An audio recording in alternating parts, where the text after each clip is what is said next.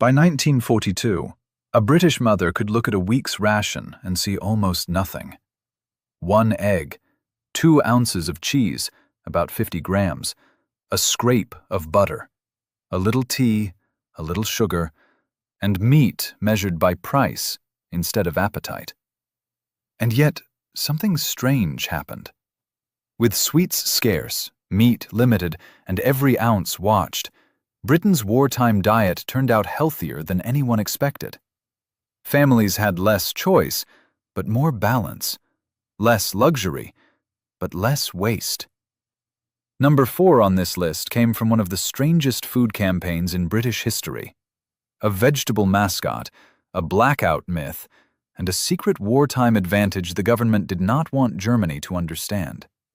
So hit that subscribe button and let us count down 7 forgotten British ration book meals that fed families on almost nothing. Number 7. Bubble and Squeak. The name came from the sound it made in the pan, the bubble and squeak of cold mash and yesterday's greens hitting hot dripping. That was almost the whole recipe. Whatever was left from Sunday went in, a few cold potatoes, the cabbage nobody finished, perhaps a forgotten carrot. You mashed it together, pressed it flat into the fat, and fried it hard until the bottom turned brown and crisp and caught at the edges. A Monday tea time made entirely from Sunday's scraps.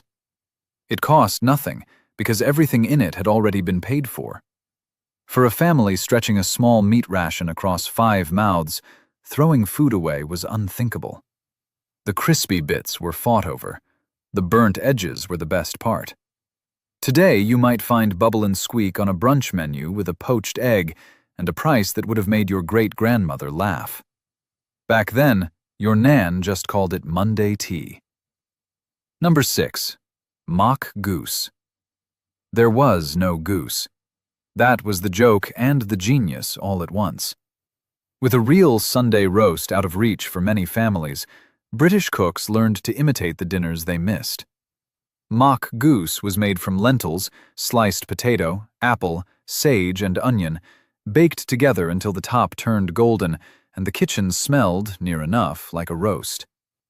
There was mock duck from sausage meat and breadcrumbs, mock crab from cheese and margarine, even mock cream made without cream at all. None of it truly fooled anyone. But it let a family sit down to something that looked like a proper dinner on a day meant to feel special. Lentils were cheap, filling, and brought protein when the butcher had little to offer. The Ministry of Food printed recipes like these. Mothers made them work, and for one evening, the table looked the way it used to. Number 5. Spam fritters. When German U-boats threatened the ships that carried Britain's food, America sent help across the Atlantic, and a great deal of it arrived in a small blue tin. Spam. Cooked, canned, salty, and almost indestructible. British cooks did what they often do when faced with a strange food. They dipped it in batter and fried it. A slice of spam in a simple batter dropped into hot fat until it puffed up crisp and golden, served with chips, peas, or whatever the kitchen could manage. It used fewer ration points than fresh meat, so it appeared when the fish shop was empty or the butcher had nothing worth queuing for. Schools served it. Cafes served it. Families learned to make it feel like a treat. Decades later, Monty Python turned spam's endless repetition into a joke, and the internet borrowed the word for junk that never stops arriving. But hot, battered, and sharp with vinegar, a spam fritter was once something children genuinely looked forward to. Here is what nobody says out loud. Rationing was never meant to feel generous. It was control, fairness, and survival measured in ounces. And yet, inside those gray little kitchens, something remarkable happened. With sugar locked away and meat carefully measured, the nation's diet became simpler, plainer, and in many ways better balanced than before.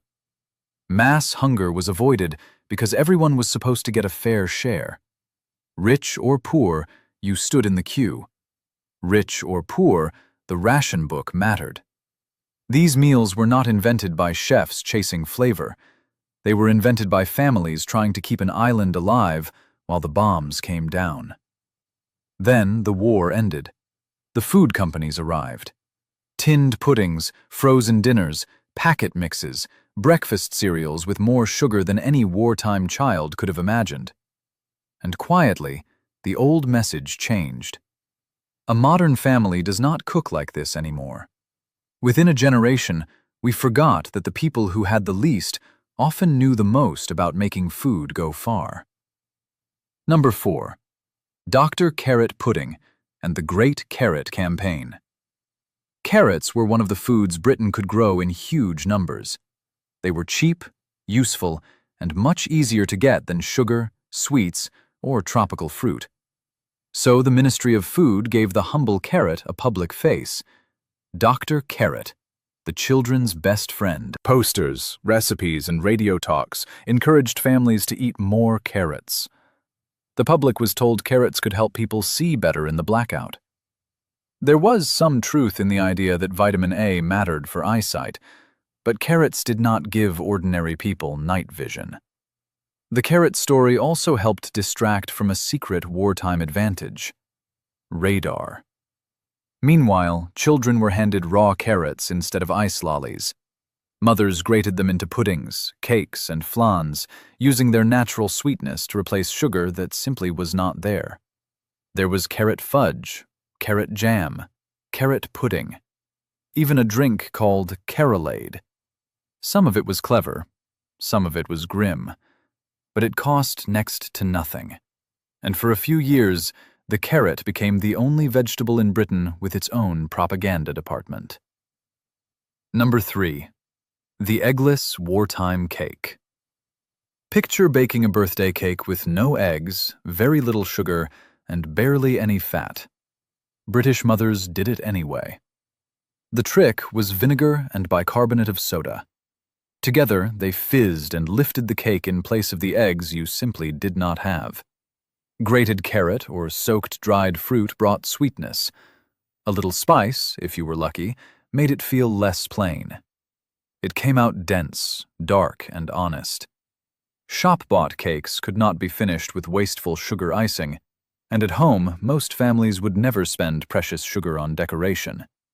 But a child could still have a birthday cake. There was still a candle, still a song, still that small act of ordinary life in the middle of a war. It cost a few pennies and a great deal of cleverness. Today, we buy a box with 40 ingredients. Your great-gran needed a handful, and the will to make the day feel special anyway. Number 2. Bread and dripping. The simplest meal on this list, and the one that lives deepest in British memory. After the Sunday joint was eaten, and that joint had to last, the fat left in the roasting tin was never thrown away. It was poured into a bowl and left to set, a layer of pale fat on top, and underneath it, if you were lucky, a dark, salty, savory jelly. That jelly was the prize. You spread the dripping thick on a slice of bread, dug down for a smear of the brown jelly, added salt and pepper, and that was tea. Children came home from school to it. Men carried it to work wrapped in paper. It cost nothing at all, because it was made from the part of the meal a richer household might have thrown away. It was not pretty, and there was nothing glamorous to photograph, but it was rich, warm, filling, and it tasted of the Sunday that came before. Number 1. Woolton Pie. If one dish became the symbol of British rationing, it was this one. A pie named not after a village, a baker, or a grandmother, but after a politician. Lord Woolton, the Minister of Food, needed Britain to eat more vegetables and less meat. So the ministry promoted a pie made from what the garden could provide: potato, swede, carrot, cauliflower, turnip, or whatever was available, thickened with oatmeal and topped with pastry or mashed potato. No meat, no luxury, no pretending otherwise. The recipe was linked with the kitchens of the Savoy Hotel, which made the whole thing sound much grander than it looked on the plate. Woolton himself promoted it on the wireless, and newspapers pushed it as the patriotic answer to an empty butcher's counter. The British public, being British, were not entirely convinced. Some called it steak and kidney pie without the steak or the kidney. Some loved it. Some endured it. Some never wanted to see another Swede again. But Woolton Pie was hot, filling, cheap, and full of goodness. A single dish could stretch across a family table. It turned the back garden into dinner.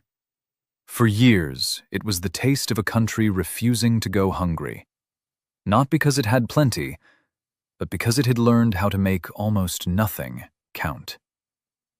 So here is my challenge. This week, make just one of these. Bubble and Squeak, Woolton Pie, or a slice of bread and dripping if you can find it made the old way. Then sit down at the table, not the sofa, and eat it slowly. Because these were never just cheap meals for hard times. They were proof that the people who had the least often knew the most about feeding a family. Tell me in the comments which one you would actually try.